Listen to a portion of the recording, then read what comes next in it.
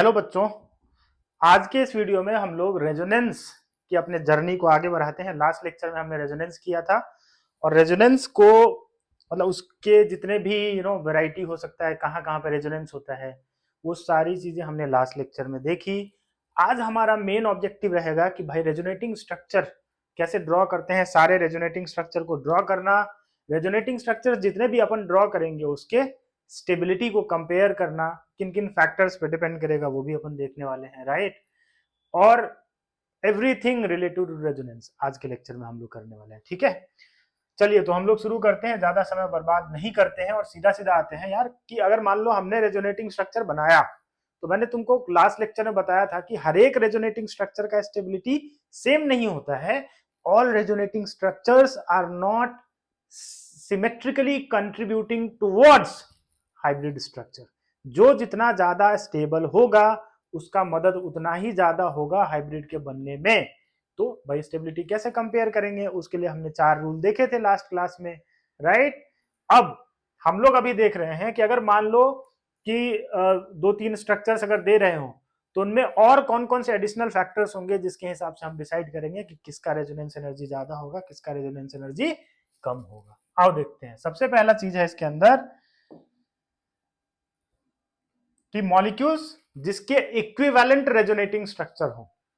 Equivalent resonating structure मतलब दो resonating structure बने और दोनों एक जैसा हो, एग्जैक्टली सिमिलर रेजोनेटिंग स्ट्रक्चर। तो अगर इक्विवेलेंट रेजोनेटिंग स्ट्रक्चर होगा तो उसका स्टेबिलिटी क्या होगा, ज्यादा होगा, right. So molecules having equivalent resonating structures have more resonance energy than non equivalent resonating structure. क्या यूज है भाई साहब इसका? जैसे मान लो हमारे पास है एसीटेट आयन। क्या है? एसीटेट आयन है। एसीटेट आयन का रेजोनेंस हम जब करेंगे तो ये नेगेटिव चार्ज इधर आएगा, ऑक्सीजन के ऊपर नेगेटिव चार्ज जाएगा। कैसा रेजोनेटिंग स्ट्रक्चर बनेगा? ओ यहाँ माइनस, यहाँ डबल बॉन्ड ओ। अब जरा इन दोनों स्ट्रक्चर को देखो, क्या एकदम एग्जैक्टली आइडेंटिकल स्ट्रक्चर है कि नहीं? ये रेजोनेटिंग स्ट्रक्चर 1 है, ये रेजोनेटिंग स्ट्रक्चर 2 है। तो हम क्या बोलेंगे कि भाई ये दो रेजोनेटिंग स्ट्रक्चर बना बट ये दोनों एक ही जैसा है, तो इसको हम बोलते हैं इक्विवेलेंट रेजोनेटिंग स्ट्रक्चर।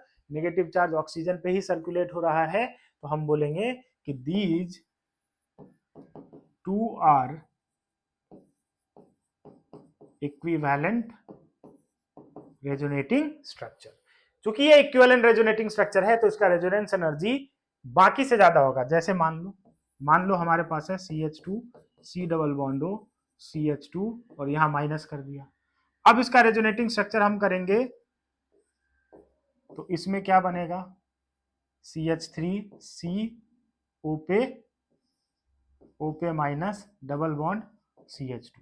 अब ध्यान से देखो, क्या ये दोनों रेजोनेटिंग स्ट्रक्चर इक्विवेलेंट है? क्या इसमें नेगेटिव चार्ज कार्बन पे है, इसमें नेगेटिव चार्ज ऑक्सीजन पे है, क्या ये दोनों रेजोनेटिंग स्ट्रक्चर इक्विवेलेंट है क्या? द आंसर इज नहीं सर, ये दोनों resonating structure equivalent resonating structure नहीं है, क्योंकि एक में नेगेटिव चार्ज ऑक्सीजन पे है और एक में नेगेटिव चार्ज कार्बन पे है। So these two are not equivalent resonating structure. और इसी वजह से अगर तुमसे बोला जाए कि अगर मुझे कंपेयर करना हो कि ऊपर वाले स्ट्रक्चर और नीचे वाले स्ट्रक्चर, इन दोनों में किसका रेजोनेंस एनर्जी ज्यादा होगा, तो हमारा आंसर होगा ऊपर वाले का रेजोनेंस एनर्जी ज्यादा होगा, नीचे वाले का रेजोनेंस एनर्जी कम होगा। जबकि दोनों के अंदर number of resonating structure same आ रहा है, दोनों में number of resonating structure same आ रहा है, बावजूद उसके ऊपर वाले की स्टेबिलिटी नीचे वाले से ज्यादा होगी। रीजन समझ आया? तो अगर इक्विवेलेंट रेजोनेटिंग स्ट्रक्चर बन रहा हो तो हम सीधे सीधे बोलेंगे कि उसकी स्टेबिलिटी फार मोर होगी in comparison to structures which have non equivalent resonating structure. Very good, लिख लो।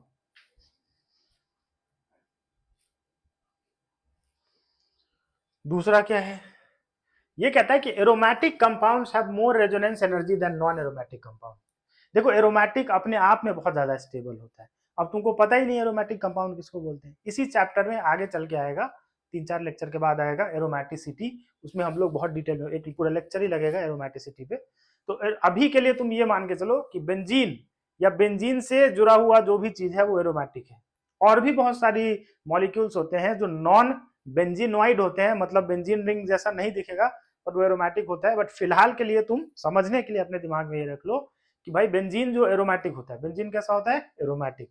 तो बेंजीन या बेंजीन का जो डेरिवेटिव होगा, जो बेंजीन से डिराइव होगा, बेंजीन रिंग में कुछ भी लगा रहे, तो उसमें तुम मान लेना कि वो क्या है, एरोमेटिक, फिलहाल के लिए 2-3 लेक्चर के लिए। उसके बाद फिर हम डिटेल में एरोमेटिसिटी पढ़ने वाले हैं। तो aromatic compounds have more resonance energy than non aromatic compounds. मतलब इसका ये है कि अगर मान लो हम एक बेंजीन बनाते हैं और एक मान लो मैंने कुछ ऐसा बना दिया, ऐसा बना दिया, बोला इन दोनों में ज्यादा स्टेबल कौन है, ज्यादा रेजोनेंस एनर्जी किसका होगा, जिसमें ज्यादा रेजोनेंस होगा उसका स्टेबिलिटी भी उतना ही ज्यादा होता है, सिंपल बात है। तो भाई साहब किसका रेजोनेंस एनर्जी ज्यादा होगा, पहला का, ये एरोमेटिक है, ये बेंजीन है, ये बेंजीन नहीं है, क्योंकि इसमें डबल बॉन्ड यहाँ पे नहीं है, राइट। इसी प्रकार अगर मान लिया जाए कि हमारे पास है OH और हमारे पास है ये, इन दोनों को कंपेयर करना है। ये एरोमेटिक क्लियरली दिख रहा है, ये वाला एरोमेटिक नहीं होता है, ये कुछ और होता है, एंटी एरोमेटिक होता है, बट ये एरोमेटिक दिख रहा है, ये एरोमेटिक है, तो इसकी स्टेबिलिटी क्या हो जाएगी, ज्यादा। तो अगर एरोमेटिक रिंग है तो उसकी स्टेबिलिटी ज्यादा होगी। जैसे मान लो तुमसे अब कंपेयर करने को बोले कि बेंजीन है और नैप्थेलीन है, बेंजीन है और नैप्थेलीन है, इसको नैप्थेलीन बोलते हैं,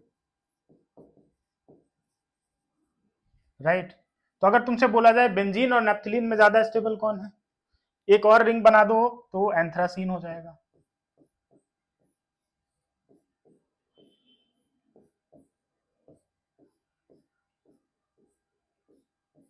इसको अपन क्या बोलते हैं, 3 बेंजीन रिंग है इसके अंदर, एंथ्रासीन, और ये तुम्हारा बेंजीन है। अगर मैं बोलूं कि इन तीनों में ज्यादा स्टेबल कौन है, तो ऑब्वियसली जितना ज्यादा बेंजीन रिंग बढ़ाते जाओगे उतना एरोमेटिसिटी बढ़ता जाएगा, उतना स्टेबिलिटी बढ़ता जाएगा, उतना ही ज्यादा रेजोनेंस एनर्जी होगा। सबसे ज्यादा रेजोनेंस एनर्जी इसका, इसलिए इसका स्टेबिलिटी भी सबसे ज्यादा। फिर रेजोनेंस एनर्जी इसका, फिर इसलिए इसका स्टेबिलिटी बेंजीन से ज्यादा। तो as you increase the number of aromatic rings, as you increase the number of benzene rings, the stability will increase, the resonance energy will also increase। ठीक है भाई साहब, जितना ज्यादा रेजोनेंस करोगे रेजोनेंस एनर्जी उतना ही ज्यादा होगा। Greater the resonance, greater will be the resonance energy.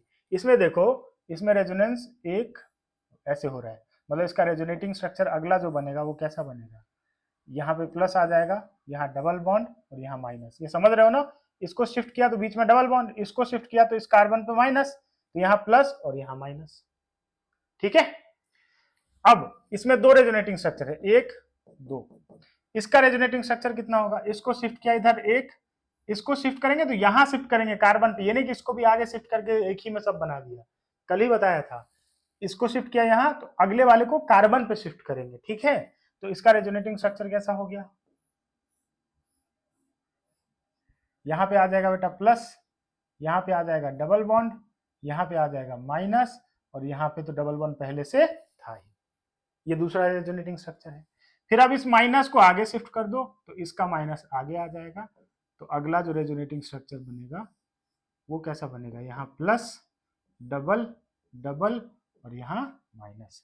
तो ये 1 है, ये 2 है और ये 3 है। इसके कितने रेजोनेटिंग स्ट्रक्चर बने, 3 रेजोनेटिंग स्ट्रक्चर बने। इसमें कितने रेजोनेटिंग स्ट्रक्चर बने, 2 रेजोनेटिंग स्ट्रक्चर बने। इसी वजह से इसमें कौन, इसमें इन दोनों में कौन ज्यादा स्टेबल होगा, दूसरा वाला ज्यादा स्टेबल होगा। इन दोनों में किसमें ज्यादा रेजोनेंस एनर्जी होगा, इसमें रेजोनेंस एनर्जी ज्यादा होगा, right. So as the number of resonating structure increases, stability will also increase and resonance energy will also be high, ठीक। अब अगर मैं तुमसे पूछूं कि इन तीनों रेजोनेटिंग स्ट्रक्चर का स्टेबिलिटी कंपेयर करो, है ना, लास्ट लेक्चर में हमने देखा था 4 सीक्वेंस। सबसे पहले देखना था कि पाई बॉन्ड, जिसमें पाई बॉन्ड ज्यादा उसका स्टेबिलिटी ज्यादा, अगर पाई बॉन्ड सेम आ गया तो देखना है न्यूट्रल है या चार्ज है, न्यूट्रल का स्टेबिलिटी ज्यादा, चार्ज का स्टेबिलिटी कम। फिर तीसरा हमने देखा था कि अगर चार्ज है तो ऑपोजिट चार्ज जितना पास होगा उसका स्टेबिलिटी, देखो तीसरा हमने देखा था कि negative charge on more electronegative and positive charge on more electropositive, right. अगर उससे भी काम नहीं हो तो चौथा देखा था ऑपोजिट चार्ज पास होने चाहिए और लाइक चार्ज दूर होने चाहिए, उससे कंपेयर करते हैं। देखो अगर इन दोनों को कंपेयर किया, इन दोनों को, तो ऑब्वियसली पहला ज्यादा स्टेबल है कि पहला न्यूट्रल है और दूसरा चार्ज है। दूसरी बात, पहले ही रूल से हो जाएगा, इसमें 2 पाई बॉन्ड है, इसमें 1 ही पाई बॉन्ड है। 1 और 2 को अगर मैं कंपेयर करूं स्टेबिलिटी में, तो 1 का स्टेबिलिटी 2 से ज्यादा है। रीजन समझ आया क्यों? रीजन इसका ये है, रीजन समझ आया क्यों? रीजन इसका ये है कि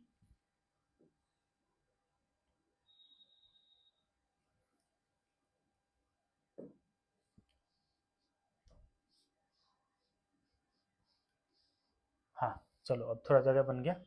तो रीजन इसका ये है, अबे यार,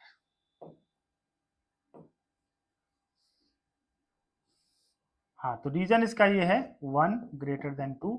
पहले वाले में बेटा क्या है, पहले वाले में नंबर ऑफ पाई बॉन्ड ज्यादा है, दूसरे वाले में नंबर ऑफ पाई बॉन्ड कम है। अब आ जाओ इधर कंपेयर करना है, अगर इन तीनों को मुझे कंपेयर करना है स्टेबिलिटी वाइज, इसमें कितना पाई बॉन्ड है 3, इसमें कितना पाई बॉन्ड है 2, इसमें भी कितना पाई बॉन्ड है 2। तो पहला तो सबसे ज्यादा स्टेबल है, इसमें कोई शक और मंसूबे वाली बात नहीं है। दूसरे तीसरे को कंपेयर करना है, इसमें कितना पाई बॉन्ड 2, इसमें कितना pi bond 2। Rule number 1 fail हो गया। रूल नंबर 2 पे आते हैं। न्यूट्रल ज्यादा स्टेबल होता है, चार्ज कम स्टेबल होता है, क्या दोनों चार्ज है? रूल नंबर 2 फेल हो गया। तीसरा रूल क्या कहता है, positive charge electro positive, negative charge electro negative. Positive किस पे है, कार्बन पे, नेगेटिव किस पे है, कार्बन पे। पॉजिटिव किस पे है, कार्बन पे, नेगेटिव किस पे है, कार्बन पे। तो रूल नंबर 3 भी फेल हो गया। रूल नंबर 4 पे आएंगे, ऑपोजिट चार्ज पास है, ऑपोजिट चार्ज दूर है, इसका मतलब ज्यादा स्टेबल कौन होगा 2। तो 1 2 और 3, ये सीक्वेंस आ गया। बतबा समझे, समझ आ गया होगा। ठीक, अब देखो इस पे आते हैं। ये तो हो गया तुम्हारा कि क्वेश्चन था, उसमें मैंने स्टेबिलिटी भी बता दिया। अब देखो इसको, फोर्थ पॉइंट कहता है कि resonance energy will be more when pi bond lone pair conjugation is present. मतलब पाई बॉन्ड और लोन पेयर में जब रेजोनेंस हो, दिख रहा है पाई बॉन्ड और लोन पेयर का रेजोनेंस है, तो इसमें रेजोनेंस एनर्जी ज्यादा होगा इन कंपैरिजन टू जब पाई बॉन्ड और पाई बॉन्ड आपस में कॉन्जुगेशन में। यहाँ पाई बॉन्ड और पाई बॉन्ड कॉन्जुगेशन में है, यहाँ लोन पेयर और पाई बॉन्ड कॉन्जुगेशन में है। तो लोन पेयर में ज्यादा इफेक्टिव रेजोनेंस होता है, क्योंकि लोन पेयर खाली इलेक्ट्रॉन है, राइट, रेस्ट पे है, वो बॉन्डिंग वॉन्डिंग में पार्टिसिपेट नहीं किया है, बट ये बॉन्डिंग में पार्टिसिपेट किया है। जब इसका इलेक्ट्रॉन शिफ्ट करोगे तो इस बेचारे कार्बन का ऑक्टेट ही इनकम्प्लीट हो जाएगा, और ऑक्टेट इनकम्प्लीट होगा तो उसका स्टेबिलिटी गिरेगा। समझे बात? इसी वजह से जब अगर कहीं पे लोन पेयर और डबल बॉन्ड रेजोनेंस में हो, और कहीं पे डबल बॉन्ड रेजोनेंस हो, तो लोन पेयर और डबल बॉन्ड यानी लोन पेयर और पाई बॉन्ड वाले की स्टेबिलिटी ज्यादा होगी और उसकी रेजोनेंस एनर्जी ज्यादा होगी। तो सेकंड वाले का ज्यादा होगा फर्स्ट वाले से। छापो।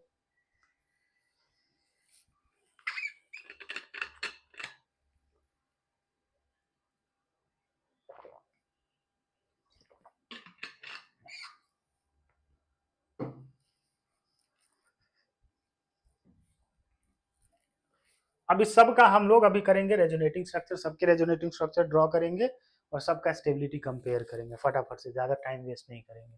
तुमको पता है कि नेगेटिव चार्ज अगर डबल बॉन्ड के साथ कॉन्जुगेशन में हो तो रेजोनेंस नेगेटिव चार्ज से स्टार्ट होगा। कर देते हैं यहाँ से चालू, इसको इधर शिफ्ट कराया, इसको अगले कार्बन पे शिफ्ट कराया, यहाँ आ गया डबल बॉन्ड CH2 माइनस, फिर घुमाओ,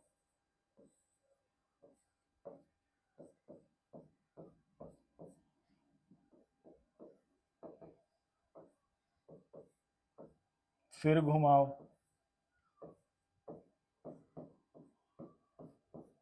double bond CH2 double double minus. अब वापस से जब घुमाएंगे तो पुनः मुस्को भवः, जैसा था वैसा ही हो जाएगा। तो कितना रेजोनेटिंग स्ट्रक्चर है, 1 2 3 4 5। अब बोलो इसमें सबसे ज्यादा स्टेबल कौन है? क्या 1 और 5 एक जैसा है? जी सर। तो क्या 1 और 5 की स्टेबिलिटी एक जैसी होगी? बिल्कुल सर। और 1 और 5 की स्टेबिलिटी बाकी से तो ज्यादा होगी। क्यों ज्यादा होगी? क्योंकि इसमें प्रॉपर तुमको बेंजीन रिंग दिख रहा है, इसमें तुमको प्रॉपर बेंजीन रिंग दिख रहा है। तो प्रॉपर बेंजीन रिंग अगर जब दिख रहे हैं तो दिख रहा हो तो समझना वो कंप्लीटली एरोमेटिक है, उसकी स्टेबिलिटी ज्यादा है। तो 1 और 5 की स्टेबिलिटी 2, 3, 4 से ज्यादा है। क्योंकि तुम बोलोगे सर चार्ज तो सब है, न्यूट्रल तो कोई है ही नहीं। ऑब्वियसली चार्ज तो सब है। तो हम लोग यहाँ पे एडिशनल इंफॉर्मेशन जो आज मैंने बताया कि एरोमेटिक जो होगा उसकी स्टेबिलिटी ज्यादा होगी, तो 1 और 5 की स्टेबिलिटी ज्यादा होगी और दोनों का स्टेबिलिटी सेम होगा। अब बाकी इन सबको जब कंपेयर किया जाए 2 और 4 को, 2 और 4 एक जैसा है। 2 और 4 में होता है एक्सटेंडेड रेजोनेंस, आगे चल के बताऊंगा, एक्सटेंडेड रेजोनेंस होता है। और 3 में देखो क्रॉस रेजोनेंस। ये क्रॉस रेजोनेंस का मतलब होता है जो बीच में है, जो दोनों साइड रेजोनेंस में जा रहा है उसको क्रॉस रेजोनेंस बोलते हैं। तो 3 की स्टेबिलिटी कम होगी और 2 और 4 की स्टेबिलिटी ज्यादा होगी। अभी के लिए तुम बस ये दिमाग में रखो कि यहाँ ये देखो, ये माइनस, ये दोनों तरफ रेजोनेंस में जा सकता है, और ये माइनस एक लाइन से ऐसा ऊपर तक रेजोनेंस कर सकता है, ऐसे यहां से ऐसे देखो, ये माइनस ऐसा सीधा यहां तक रेजोनेंस कर सकता है। ठीक है, तो अगर मान लो कोई लगातार सीधा रेजोनेंस करे उसको बोलते हैं एक्सटेंडेड, और अगर बीच में है और दोनों तरफ रेजोनेंस कर सकता है तो उसको बोलते हैं क्रॉस। ठीक है, तो थर्ड वाले में क्रॉस रेजोनेंस हो रहा है और सेकंड और फोर्थ वाले में एक्सटेंडेड रेजोनेंस हो रहा है। राइट, एक बार मैं बता ही देता हूं क्रॉस और एक्सटेंडेड, तो तुमको ज्यादा क्लैरिटी आएगा। हाँ देखो, cross resonance and extended resonance एक बार देख ही लो, तो फिर उस पर वापस से चलेंगे तो आपको आपका जीवन ज्यादा आसान हो जाएगा। तुम बोलोगे बताते तो हो नहीं, तो पहले क्वेश्चने दे देते हो, कैसे काम होगा? ऐसे काम होगा, पहले बता ही देते हैं। देखो यहाँ पे देखो, ये जो प्लस चार्ज है ये इधर भी रेजोनेंस में जा सकता है, टेंटन है, ये इधर भी आ सकता है, ये इधर भी आ सकता है। भाई साहब ये तो दोनों तरफ खेल रहा है, दोनों साइड खेल रहा है बे, कांड कर देगा, समझ रहे हो? एक ही तरफ खेला करो, दोनों तरफ खेल जाओगे तो दिक्कत हो जाएगा। समझ रहे हो ना? समझदार हो तुम लोग। तो ये दोनों तरफ खेल रहा है, इसलिए इसकी स्टेबिलिटी क्या है, इसीलिए इसकी स्टेबिलिटी कम है। और ये एक ही तरफ खेल रहा है, एक ही पिच पे खेले जा रहा है, तो इसकी स्टेबिलिटी क्या होगी? ज्यादा होगी ऑब्वियसली। देखो कैसे, ये एक्सटेंडेड रेजोनेंस करेगा, कॉन्टिन्यूअस सीधा एक्सटेंडेड रेजोनेंस कर रहा है, तो इसको बोलते हैं कि यहाँ क्या हो रहा है, एक्सटेंडेड रेजोनेंस। और यहाँ क्या हो रहा है, क्रॉस रेजोनेंस। और अगर क्रॉस रेजोनेंस हो रहा है तो क्रॉस वाले की स्टेबिलिटी कम होगी, एक्सटेंडेड वाले की स्टेबिलिटी ज्यादा होगी। अगर नीचे देखो, यहां भी देखो, डबल बैटिंग चल रही है, इधर इधर भी खेल रहा है, इधर भी खेल रहा है, तो क्या कर रहा है, क्रॉस कर रहा है। क्या कर रहा है, क्रॉस कर रहा है। इसका प्यार बट गया, और यहां क्या हो रहा है, एक्सटेंडेड रेजोनेंस है, इसका प्यार नहीं बटा। यहां कैसा रेजोनेंस है, एक्सटेंडेड रेजोनेंस है, इसलिए एक्सटेंडेड रेजोनेंस की स्टेबिलिटी क्या हो जाएगी, ज्यादा हो जाएगी। रेजोनेंस एनर्जी क्या होगा, ज्यादा होगा। क्रॉस वाले का रेजोनेंस एनर्जी क्या होगा, कम होगा। बतवा समझ में, कभी नहीं भूलोगे। जैसे ही वो वाली बात आती है तो तुम कभी नहीं भूलोगे, मुझे पता है ये बात, इसलिए मैं बीच बीच में ये सब कर देता हूँ। ठीक, अब तुम क्रॉस और एक्सटेंडेड समझ गए, तो अब जब हम उस टॉपिक पे जाएंगे तो तुमको ज्यादा क्लैरिटी आएगा। छाप लो इसको।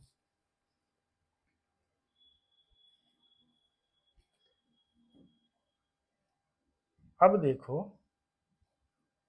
कहां चले, अब देखो, हाँ अब देखो, ये जो माइनस है बीच में, ये मैंने एक ही तरफ ड्रॉ किया, बट जा तो दोनों तरफ सकता है ये, तो ये क्रॉस कर रहा है। और ये एक लाइन से छू मंतर ऊपर तक, ये एक लाइन से छू मंतर ऊपर तक, तो 1 और 5 का ज्यादा किससे, 2 और 4 से, 2 और 4 का सेम, और सबसे कम किसका, 3 का। यही तुम्हारा सीक्वेंस है, यही तुम्हारा सीक्वेंस है। अब देखो यहाँ पे सेम इसी प्रकार, यहाँ कार्बन था, कार्बन देखो ऑक्सीजन आ गया, घुमाओ। ये मैं इतना क्वेश्चन सेम सेम एक जैसा क्यों लिया हूं, ताकि तुमको तुम्हारा प्रैक्टिस हो जाए। ये नहीं कि मैं ही कर रहा हूं, तुम लोग भी करो पैरेलली। ये एज इट इज रहेगा, इसको फिर घुमा देंगे, घुमाएंगे तो नीचे माइनस आ जाएगा। देखो जैसे नीचे आएगा वो क्रॉस वाला सीन आ गया, इस माइनस को देखो, ये क्रॉस वाला है, दोनों तरफ कर सकता है, तो इसकी स्टेबिलिटी कम हो जाएगी।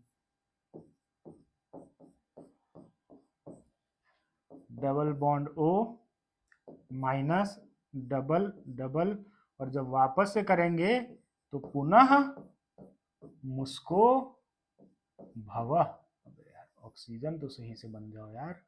डबल डबल डबल, एक दो तीन चार पंज, यही सेम आंसर आएगा कि नहीं? सेम आंसर आएगा कि नहीं? सेम आंसर आएगा। 1 और 5 का सेम है, 2 और 4 का ज्यादा है 3 से, और 1 और 5 का सबसे ज्यादा है क्योंकि वो एरोमेटिक है। क्या सेम टू सेम यहां होने वाला है? सेम टू सेम जल्दी जल्दी बना देता हूं, सेम टू सेम होने वाला है। ये माइनस को घुमा के नीचे लाओ, ये इधर आ जाएगा, डबल बॉन्ड NH, यहां माइनस, फिर घुमा देंगे,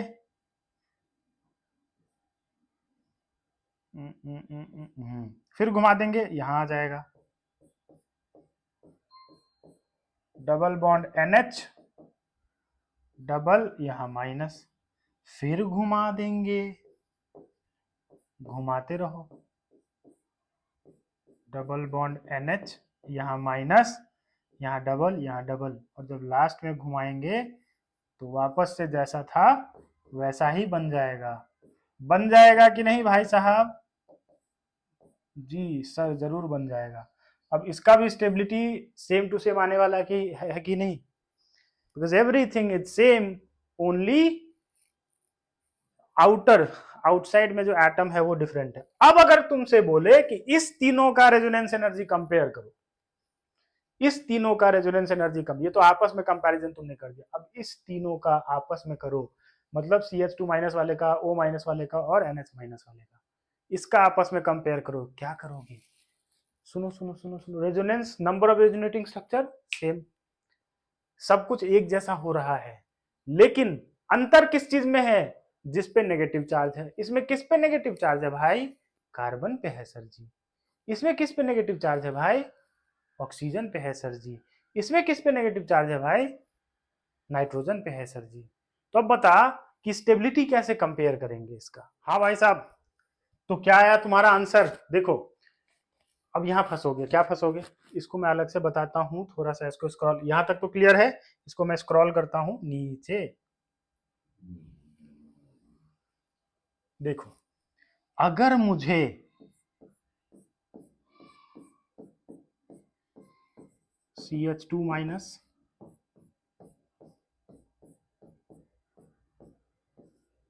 O माइनस और NH माइनस, इस तीनों को कंपेयर करना हो कि कौन ज्यादा स्टेबल है, तो तुम तो सीधा से, अगर तुम नॉर्मल देखते तो तुम बोलते सर इसमें कार्बन पे माइनस है, इसमें ऑक्सीजन पे, इसमें नाइट्रोजन पे, ये ज्यादा इलेक्ट्रोनेगेटिव है, negative charge on more electronegative, ये ज्यादा स्टेबल होगा। लेकिन वो किसके लिए था? वो सेम मॉलिक्यूल के रेजोनेटिंग स्ट्रक्चर के लिए था। मतलब इसका जब मैं रेजोनेटिंग स्ट्रक्चर बनाऊंगा, इसका जब मैं रेजोनेटिंग स्ट्रक्चर बनाऊंगा तो इसमें ऑक्सीजन पे नेगेटिव चार्ज है, अगला रेजोनेटिंग स्ट्रक्चर बनाऊंगा तो कार्बन पे नेगेटिव चार्ज आएगा, है ना? इसको जब मैं ऐसे शिफ्ट करूंगा तो नेगेटिव चार्ज कार्बन पे आएगा, यहां पे आएगा, तो ऑक्सीजन पे negative charge will be more stable. तो वो रेजोनेटिंग स्ट्रक्चर्स के कंपैरिजन है। ये तीनों आपस में रेजोनेटिंग स्ट्रक्चर थोड़ी है, ये तीनों तो मॉलिक्यूल ही अलग है। तो ऐसे केस में ये देखते हैं कि जो जितना ज्यादा आसानी से इलेक्ट्रॉन देगा उसमें उतना स्ट्रांग रेजोनेंस होगा, उतना ज्यादा डीलोकलाइजेशन होगा, उसकी स्टेबिलिटी उतनी ही ज्यादा होगी। बहुत ही शानदार क्वेश्चन है। कार्बन पे नेगेटिव चार्ज है, कार्बन कम इलेक्ट्रोनेगेटिव है, जो कम इलेक्ट्रोनेगेटिव है वो ज्यादा आसानी से इलेक्ट्रॉन डोनेट कर सकता है। समझ रहे हो? जो ज्यादा इलेक्ट्रोनेगेटिव है उसको तो इलेक्ट्रॉन पसंद है, वो देना ही नहीं चाहेगा। तो ऑक्सीजन ज्यादा इलेक्ट्रोनेगेटिव है, इसकी देने की टेंडेंसी कम होगी, इसमें कम डीलोकलाइजेशन होगा। इसकी देने की टेंडेंसी ज्यादा होगी, इसमें ज्यादा डीलोकलाइजेशन होगा, इसी वजह से इसमें ज्यादा इफेक्टिव रेजोनेंस है और इसकी स्टेबिलिटी ज्यादा होगी। तो अगर मैं कंपेयर करूं, ये 1 है, ये 2 है, ये 3 है, तो सबसे कम इलेक्ट्रोनेगेटिव कौन है? 1, सबसे ज्यादा स्टेबिलिटी उसकी होगी। उसके बाद कौन है? 3, नाइट्रोजन और ऑक्सीजन में ज्यादा इलेक्ट्रोनेगेटिव कौन है? ऑक्सीजन। तो सबसे कम इफेक्टिव रेजोनेंस किसमें होगा? ऑक्सीजन वाले में, इसलिए उसकी स्टेबिलिटी सबसे कम होगी, क्योंकि इसका इलेक्ट्रॉन देने का टेंडेंसी बाकी के कंपैरिजन में कम होगा, इसलिए स्टेबिलिटी कम होगी। समझा? This is very good question, बहुत ही अच्छा, बहुत ही प्यारा क्वेश्चन था ये। ठीक है, चलो आगे बढ़ते हैं। वक्त जाया नहीं करते हुए इसका रेजोनेटिंग स्ट्रक्चर बनाओगे, कैसा बनेगा? यहाँ लोन पेयर है, लोन पेयर है तो घुमा दो, घुमा दिया, डबल बॉन्ड NH2, यहाँ प्लस आ गया, यहाँ माइनस आ गया, डबल डबल, फिर इस माइनस को आगे घुमाओ, डबल बॉन्ड NH2, प्लस आ गया, डबल बॉन्ड माइनस आ गया, फिर घुमा देंगे, डबल बॉन्ड NH2, यहाँ प्लस आ गया, यहाँ डबल आ गया, यहाँ डबल, यहाँ माइनस, फिर घुमा देंगे, तो जैसा था वैसा ही बन जाएगा, NH2 डबल डबल डबल। ये 5 रेजोनेटिंग स्ट्रक्चर बना बच्चों। इस पांचों में ये 1 है, ये 2 है, ये 3 है, ये 4 है, ये 5 है। 1 और 5 का इक्वल होगा, ग्रेटर देन, क्योंकि न्यूट्रल है। 2, 3 और 4 को अगर तुम कंपेयर करो तो वही सेम बात है कि 2 वाला और 4 वाला ज्यादा स्टेबल होगा देन 3। क्यों? 2 और 4 में एक्सटेंडेड है, 3 में क्रॉस रेजोनेंस है। क्लियर? इसका रेजोनेंस कैसे होगा? इसमें तो C डबल बॉन्ड है ऊपर लगा हुआ, लोन पेयर तो ऑक्सीजन पे है, लेकिन ये लोन पेयर तो कॉन्जुगेशन में है ही नहीं डबल बॉन्ड के साथ, तो ये तो नीचे आ ही नहीं सकता। तो कैसे सोचेंगे? कार्बन ऑक्सीजन में ज्यादा इलेक्ट्रोनेगेटिव कौन है? ऑक्सीजन। जो ज्यादा इलेक्ट्रोनेगेटिव है वो इलेक्ट्रॉन को अपने तरफ अट्रैक्ट करता है। कभी भी ये मत कर देना, ये मत कर देना, ये करोगे जुल्म हो जाएगा। ऑक्सीजन सिंगल बॉन्ड करके और ऑक्सीजन पे पॉजिटिव चार्ज घोर अन्याय है। ऑक्सीजन पे पॉजिटिव चार्ज वो भी इलेक्ट्रॉन की कमी की वजह से घोर अन्याय है, पागल हो जाएगा वो, हाई इलेक्ट्रोनेगेटिव एलिमेंट है। और उस पर सिंगल बॉन्ड करके पॉजिटिव चार्ज करोगे तो ऑक्टेट इनकम्प्लीट हो जाएगा, ऊपर से पॉजिटिव चार्ज छटपटा जाएगा, मर जाएगा। इसलिए क्या करना है, जब भी ऑक्सीजन हो तो ऑक्सीजन ज्यादा इलेक्ट्रोनेगेटिव है, वो रेजोनेंस अपने तरफ करेगा, बाहर लेके जाएगा इलेक्ट्रॉन को। कहां लेके जाएगा? बाहर लेके जाएगा। कहां लेके जाएगा?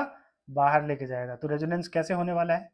ये इधर, अरे यार चलो इसको मिटा ही दिए तो,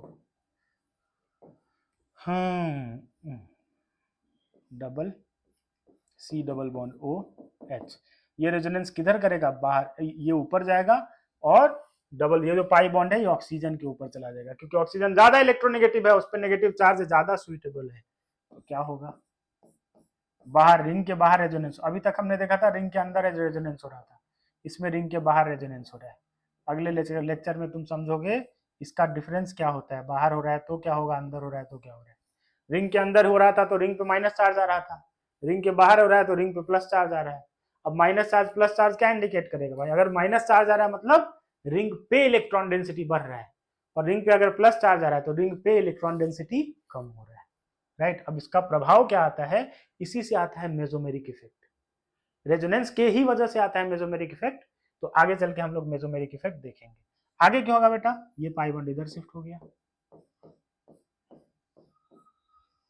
तो यहाँ पे आ गया पॉजिटिव, ये एज इट इज जैसा था वैसा ही रहेगा। फिर क्या होगा? ये यहाँ पे आ जाएगा,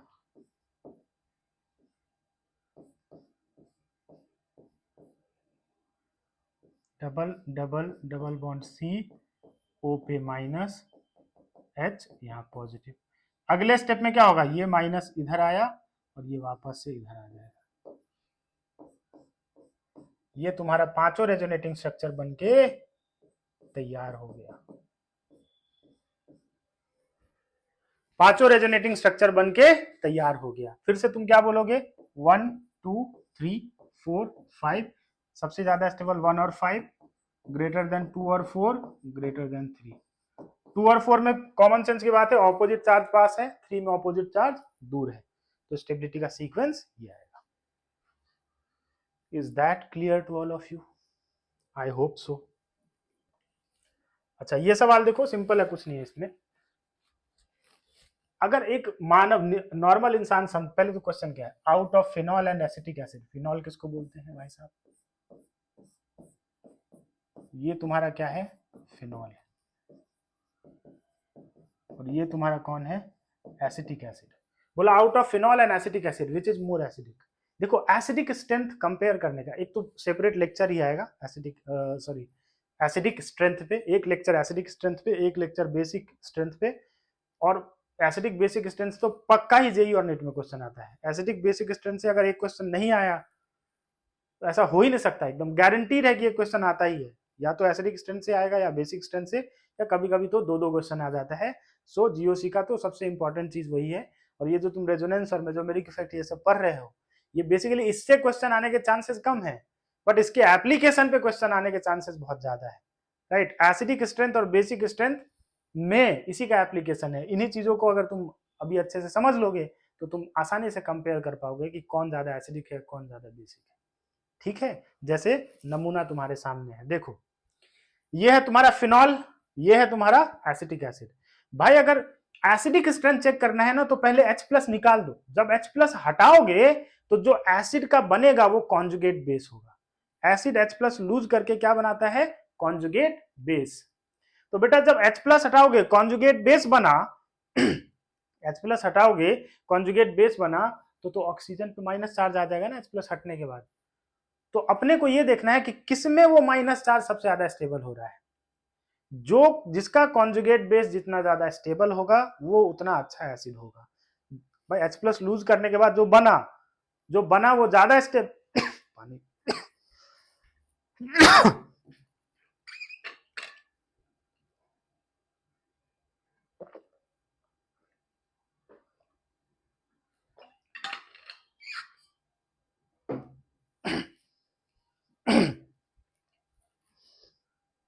हाँ भाई साहब, H+ बनने के बाद जो चीज बना वो कॉन्जुगेट, H+ निकलने के बाद जो चीज बना वो कॉन्जुगेट बेस है। और कॉन्जुगेट बेस जितना ज्यादा स्टेबल होगा वो एसिड उतना ही अच्छा कहलाएगा। जरा इसका H+ हटाते हैं, ये बनाएगा फिनॉक्साइड आयन। क्या बनाएगा, फिनॉक्साइड। इसको क्या बोलते हैं, फिनॉक्साइड आयन। ये H+ लूज करने के बाद की बात है, -H+, ये -H+, ये H+ लूज करेगा तो प्यारे बच्चों क्या बनाएगा, एसीटेट आयन। क्या बनाएगा, एसीटेट आयन। अब समझो इसका तुम रेजोनेटिंग स्ट्रक्चर ड्रॉ कियो, अभी 5 रेजोनेटिंग स्ट्रक्चर बना था। कितना बना था, 5 बना था। कौन कौन सा बना था, अगर फास्ट स्पीड में बनाए तो यहाँ माइनस, ये यहाँ डबल, यहाँ डबल, ये माइनस, यहाँ माइनस, ये डबल डबल, और ओ पे माइनस, डबल डबल डबल। ये 5 रेजोनेटिंग स्ट्रक्चर बना। और इसका 2 ही रेजोनेटिंग स्ट्रक्चर बना था, ये भी बता चुका हूं। अब मेरे को एक बात बताओ, क्या ये दोनों इक्विवेलेंट रेजोनेटिंग स्ट्रक्चर है। सर एकदम सही बोल रहे हो, ये दोनों तो इक्विवेलेंट रेजोनेटिंग स्ट्रक्चर है। क्या ये 5 इक्विवेलेंट रेजोनेटिंग स्ट्रक्चर है, द आंसर इज नो। इसमें नेगेटिव चार्ज ऑक्सीजन पे है, इस सब में नेगेटिव चार्ज कार्बन पे है, पहली बात। दूसरी बात, ये पहला वाला जो रेजोनेटिंग स्ट्रक्चर है ये एरोमेटिक है, इसमें बेंजीन है, ये एरोमेटिक नहीं है। ये इसने अपना एरोमेटिसिटी लूज कर लिया तो स्टेबिलिटी घट जाता है, मतलब रिड्यूस हो जाता है, राइट। तो इसी वजह से acetic acid will be more acidic. क्यों, क्योंकि इसके अंदर कौन सा रेजोनेटिंग स्ट्रक्चर बन रहा है, इक्विवेलेंट रेजोनेटिंग स्ट्रक्चर। 2 ही है लेकिन दोनों इक्विवेलेंट रेजोनेटिंग स्ट्रक्चर है। यहाँ पे कायदे से तो 5 है लेकिन काम का 2 ही होगा, ज्यादा कंट्रीब्यूशन इसी दोनों से आएगा, और ये दोनों तो एक ही जैसा है, सेम टू सेम, राइट। तो हम क्या बोलेंगे, ये इक्विवेलेंट तो ये दोनों सेम ही है एग्जैक्टली, तो हम इसको क्या बोलेंगे, नॉन इक्विवेलेंट रेजोनेटिंग स्ट्रक्चर। और इसी वजह से फिनॉल कम एसिडिक होगा और एसिटिक एसिड ज्यादा एसिडिक होगा। तो which is more acidic, acetic acid is more acidic than phenol, the reason is acetic acid have equivalent resonating structure. ये क्वेश्चन बहुत बार पूछा जा चुका है, तुम्हारे बोर्ड में भी इससे कुछ ये सेम क्वेश्चन बोर्ड में भी आता है, तुम्हारे एनसीईआरटी में तो दिख ही जाएगा ये क्वेश्चन, फिक्स्ड बात है 200%। अब क्रॉस और एक्सटेंडेड तो हम लोगों ने कर ही लिया है, तो इस पे समय वेस्ट नहीं करते हैं। Which compound has higher resonance energy in the following pairs. इन दोनों पेयर में रेजोनेंस एनर्जी किसका ज्यादा है, देखो यहाँ पे फिनॉल है, एक बेंजीन रिंग के साथ रेजोनेंस है, यहाँ पे नैप्थलीन है, 2 बेंजीन रिंग है, ज्यादा रेजोनेंस हो रहा है, तो 2 इज ग्रेटर देन 1 इसका। अगर मैं इसमें देखूं, यहाँ पे फ्लोरीन है, फ्लोरीन के पास लोन पेयर है, यहाँ पे ब्रोमीन है, ब्रोमीन के पास लोन पेयर है। तो भाई अब इन दोनों में देखा जाए तो एक नॉर्मल इंसान क्या सोचेगा, ये बहुत ही अच्छा क्वेश्चन यहाँ पे आ गया आपके सामने। तो एक नॉर्मल इंसान क्या सोचेगा, नॉर्मल इंसान सोचेगा कि फ्लोरीन ज्यादा इलेक्ट्रोनेगेटिव है तो इलेक्ट्रॉन देना नहीं चाहेगा, तो इसमें कम इफेक्टिव रेजोनेंस होगा। ब्रोमीन कम इलेक्ट्रोनेगेटिव है तो ज्यादा आसानी से इलेक्ट्रॉन देगा, तो इसमें ज्यादा इफेक्टिव रेजोनेंस होगा। लेकिन यहाँ रीजन कुछ और है, समझो। कार्बन का जो ऑर्बिटल है जिसके साथ पाई बॉन्ड हो रहा है, वो कौन सा ऑर्बिटल है, कार्बन सेकेंड पीरियड का एलिमेंट है, फ्लोरीन भी सेकेंड पीरियड का एलिमेंट है। तो यहाँ पे क्या हो रहा है, इसका जो इलेक्ट्रॉन होगा वो 2p में होगा, 2p, और फ्लोरीन का भी जो इलेक्ट्रॉन है वो 2p में होगा। तो यहाँ जो ओवरलैपिंग होगा वो 2p के बीच में होगा, तो ज्यादा इफेक्टिव ओवरलैपिंग होगा। केमिकल बॉन्डिंग जिसको आता है वो समझ जाएगा। अगर कोई 3p और 2p में ओवरलैप हो रहा है तो उसका ओवरलैपिंग रिलेटिवली कमजोर होगा। 2p ओवरलैप होगा तो उसकी ओवरलैपिंग ज्यादा अच्छी होगी। तो यहाँ फ्लोरीन के साथ ज्यादा अच्छा रेजोनेंस होगा, क्योंकि this lone pair is present in 2p, this lone pair is present in 3p। तो भाई साहब इसी वजह से यहां ब्रोमीन वाले केस में कम इफेक्टिव रेजोनेंस होगा इन कंपैरिजन टू फ्लोरीन वाला केस, इसलिए ज्यादा स्टेबल कौन होगा, 1। सो 1 विल बी मोर स्टेबल। याद रखना, ये बहुत इंपॉर्टेंट है। नॉर्मल इंसान नॉर्मल तरीके से सोचेंगे तो सेकंड ज्यादा स्टेबल दिखता, लेकिन यहाँ पे ये पता होना चाहिए कि ओवरलैपिंग फ्लोरीन वाले केस में ज्यादा अच्छा होगा, ज्यादा स्ट्रांग होगा। अच्छा, इन दोनों को अगर कंपेयर किया जाए बच्चों, यहाँ पे ऑक्सीजन है, रेजोनेंस किया, रेजोनेंस करके ये बन गया। अब सिंपल सा बात है, तुम नॉर्मल इंसान फिर से वही सोचेगा, सर यहाँ कार्बन पे पॉजिटिव है, यहाँ ऑक्सीजन पे पॉजिटिव है। अबे यहाँ तो कार्बन का ऑक्टेट ही पूरा नहीं है। पहला तो रूल क्या है, पहले तो ऑक्टेट पूरा होना चाहिए, या सबसे पहला रूल क्या है, नंबर ऑफ पाई बॉन्ड। इसमें नंबर ऑफ पाई बॉन्ड 1 है, इसमें है ही नहीं, तो इसका स्टेबिलिटी ज्यादा होगा, इसका कम होगा, तो 2 इज मोर स्टेबल। समझा, यहाँ पॉजिटिव चार्ज वगैरह मत देखना, पहला रूल क्या है, पाई बॉन्ड। पाई बॉन्ड इसमें ज्यादा है, इसमें कम है। क्यों, क्योंकि इसमें ऑक्टेट ही पूरा नहीं है इस कार्बन का, इसमें इसका ऑक्टेट पूरा है। ये पॉजिटिव चार्ज क्यों है, क्योंकि ऑक्सीजन यहाँ पे 3 बॉन्ड बना लिया है। बतवा समझ में आ रहा है, मजेदार क्वेश्चन सब है एकदम। चलिए, in which molecule resonance phenomena operates, इसमें से किसमें रेजोनेंस हो रहा है। पहली बात, यहाँ जो नाइट्रोजन है इस पे जो पॉजिटिव चार्ज है वो क्यों है, इलेक्ट्रॉन की कमी की वजह से है। अच्छा, रेजोनेंस किसमें हो रहा है, इसका मतलब कि किस, अब देखो रेजोनेंस तो इसमें रिंग में हो रहा है, लेकिन बाहर से रेजोनेंस नहीं हो रहा है। तो अल्टीमेटली तुमको ये सोचना है कि पॉजिटिव चार्ज इससे रेजोनेंस कर रहा है कि नहीं, राइट। रिंग में तो रेजोनेंस हो ही रहा है, रिंग में तो इसमें भी हो रहा है, राइट। इन डबल बॉन्ड, दोनों डबल बॉन्ड के बीच में रेजोनेंस तो पहले से ही हो रहा है उधर से, इस दोनों डबल बॉन्ड के बीच में रेजोनेंस तो पहले से ही हो रहा है, तो रेजोनेंस तो सब में हो रहा है। लेकिन क्या ये पॉजिटिव चार्ज रिंग के साथ रेजोनेंस में है, द आंसर इज नो, क्योंकि यहाँ नाइट्रोजन ने 4 बॉन्ड बना लिया है। कल बताया था कि भाई ये रेजोनेंस करेगा तो ये 5 बॉन्ड हो जाएगा, 10 electron. Second period element, vacant orbital है नहीं, 10 इलेक्ट्रॉन एकोमोडेट नहीं कर सकता है। तो पॉजिटिव चार्ज रिंग के साथ रेजोनेंस में नहीं है। ये पॉजिटिव चार्ज रिंग के साथ रेजोनेंस में नहीं है, क्योंकि ऑक्सीजन पे पॉजिटिव चार्ज क्यों है, क्योंकि इसने एक एक्स्ट्रा बॉन्ड बनाया है, ऑक्सीजन के पास 3 बॉन्ड ऑलरेडी है, तो ये 4 बॉन्ड बना ही नहीं पाएगा। ठीक, यहाँ पे ये जो माइनस है ये क्यों है, क्योंकि बोरोन ने, देखो ये यही स्ट्रक्चर होगा, पहले ये स्ट्रक्चर होगा। अब इस स्ट्रक्चर में बोरोन को अगर देखा जाए तो बोरोन के वैलेंस शेल में 6 ही इलेक्ट्रॉन है। बोरोन का अगर एटॉमिक, इसमें 6 इलेक्ट्रॉन है। बोरोन का एटॉमिक नंबर 5, पहले सेल में 2 इलेक्ट्रॉन, दूसरे सेल में 3 इलेक्ट्रॉन। 3 इलेक्ट्रॉन है और 3 बॉन्ड बनाया, तो टोटल इलेक्ट्रॉन 6 हो गया। क्या ऑक्टेट पूरा है, नहीं। 6 इलेक्ट्रॉन है, इसका मतलब एक ऑर्बिटल अभी भी खाली होगा कि नहीं, एक वेकेंट ऑर्बिटल है कि नहीं। अगर बोरोन के पास एक वेकेंट ऑर्बिटल है तो क्या ये पाई बॉन्ड इसके साथ रेजोनेंस करेगा, बिल्कुल करेगा। तो यहां रेजोनेंस हो रहा है, क्या यहां होगा, नहीं होगा, क्योंकि H माइनस ने अपना एक इलेक्ट्रॉन दे दिया, B पे माइनस चार्ज आ गया। अब तो बोरोन 4 बॉन्ड बना लिया, इसके पास ऑक्टेट पूरा है, वेकेंट ऑर्बिटल है ही नहीं, तो ये बोरोन रेजोनेंस में पार्टिसिपेट नहीं करेगा। वेकेंट ऑर्बिटल होगा तभी तो रेजोनेंस करेगा। यहाँ बोरोन के पास वेकेंट ऑर्बिटल ही नहीं है, लेकिन यहाँ बोरोन के पास वेकेंट ऑर्बिटल है, क्योंकि इसके पास वैलेंस शेल में बॉन्ड बनाने के बाद भी 6 ही इलेक्ट्रॉन है दादा। जब 6 ही इलेक्ट्रॉन है तो एक ऑर्बिटल वह खाली है ना। जब एक ऑर्बिटल खाली है तो भाई साहब ये रेजोनेंस कर लेगा, लेकिन इसका कुछ खाली नहीं है तो ये नहीं कर पाएगा। बात समझ में आई? बहुत शानदार चीज है, ये सब समझ आ गया होगा। ठीक है, छाप लेंगे। ओके, अगर सवाल ये रहता in which molecule resonance phenomena operates, तो सब आंसर है, सब सही होगा।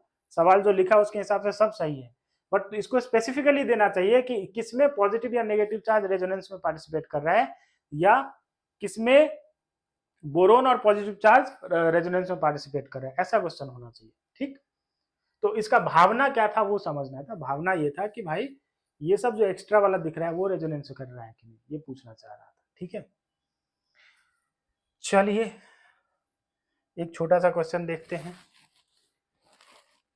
Compare relative stability of following resonating structures. Resonating structures के रिलेटिव स्टेबिलिटी को कंपेयर करना है। तो पहले वाला क्या ये दिख रहा है, साइज इसका छोटा तो नहीं हो गया? हाँ दिख रहा है।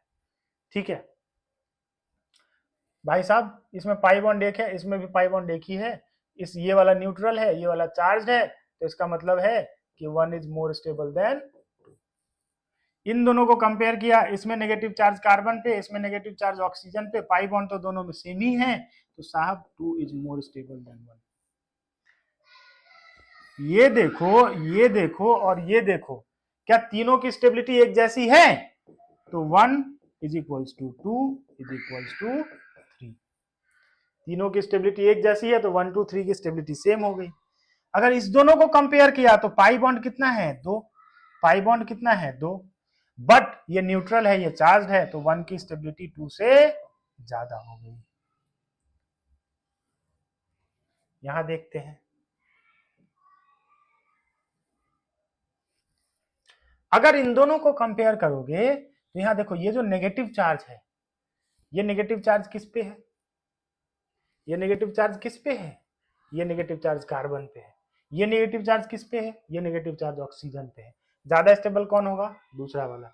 वैसे भी इसमें क्रॉस रेजोनेंस है दोनों तरफ, और ये एक्सटेंडेड रेजोनेंस है, राइट?